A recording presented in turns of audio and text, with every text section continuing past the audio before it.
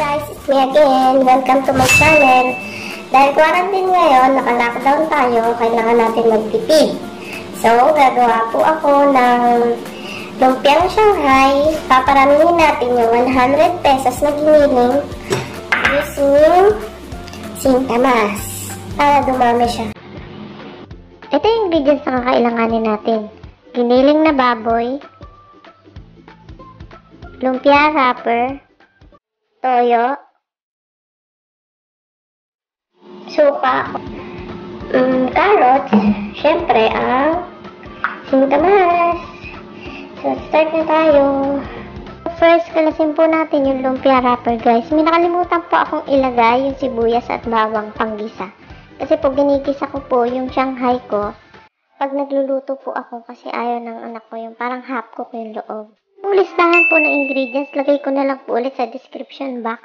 Dahil lang magkalas sa cooking base.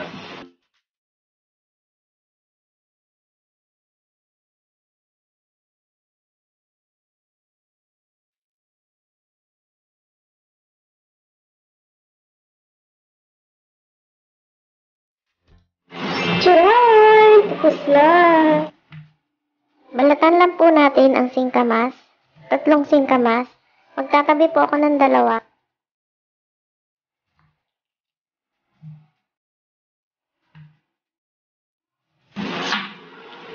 Sabi natin ito. Hugasan ko na ito kanina, guys. Okay?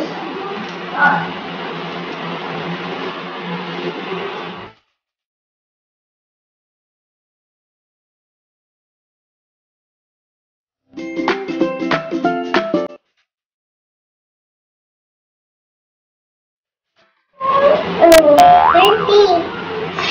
Mulit na po ang aking baby. Kanina. Hey! No! Dirty yan, baby! No! Sa inyo, ang aking baby. Say hi! Hi! Uli ka na dun. Watch ka na ulit, baby. Bye-bye! Bye-bye! Beautiful eyes ka sa kanila. Bye-bye! Sunod po natin balatan ang ating carrot.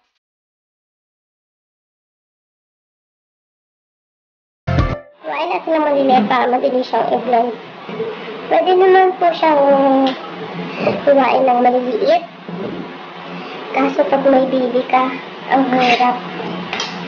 Pwede siya kuhain maliliit. Yung sobrang pino. Using food processor. So, maiiyak na yung baby ko.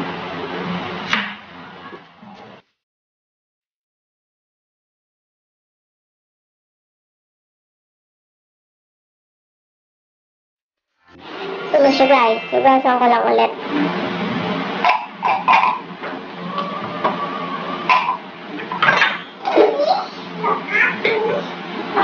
Simple lang siya para mabilis.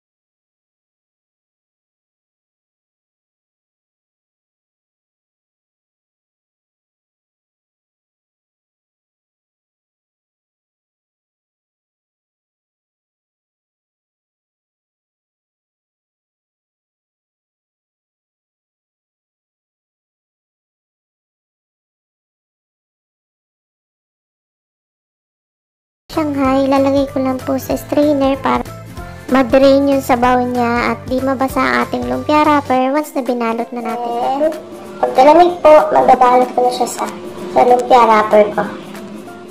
So, ayan na nga guys, malamig na siya. So, bahala kayo kung anong trip po na pansandok. Ako ito, 1/8 cup. So, maganda kayo ng tubig, pang-lock. Ito na siya ang ating lumpiang Shanghai.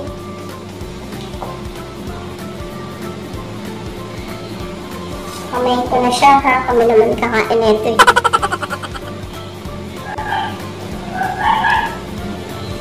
Ayan siya guys.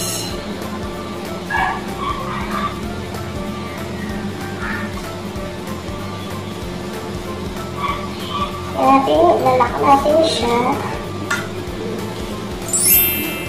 Cheers!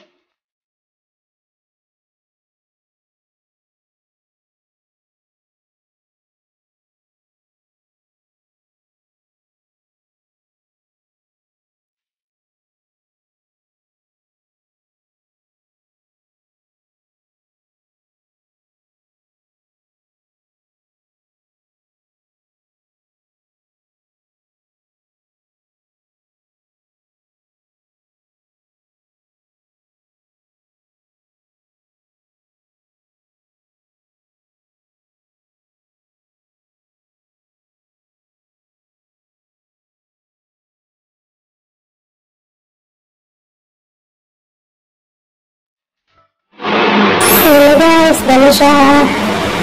Nakagawa ako ng 50 pesos na lumpiang Shanghai na may singkamas. Dali siya. Pwede na siya i-stock sa rep. Pwede na siya pang business. Yan. Kaya idagdag sa tipid ulam niya. Since tatlo lang kami, pipilito ako ng 10. Then yung iba, stock ko ng sarap.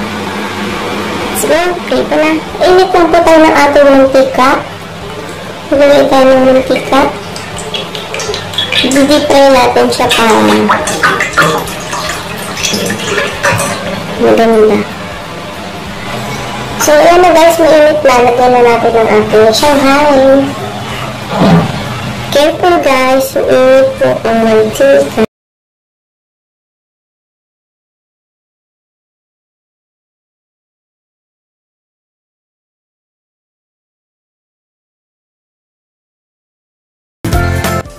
Piprituin ko lang po ng 2 to 3 minutes ang aking Shanghai dahil luto na po yung loob ng ating Shanghai.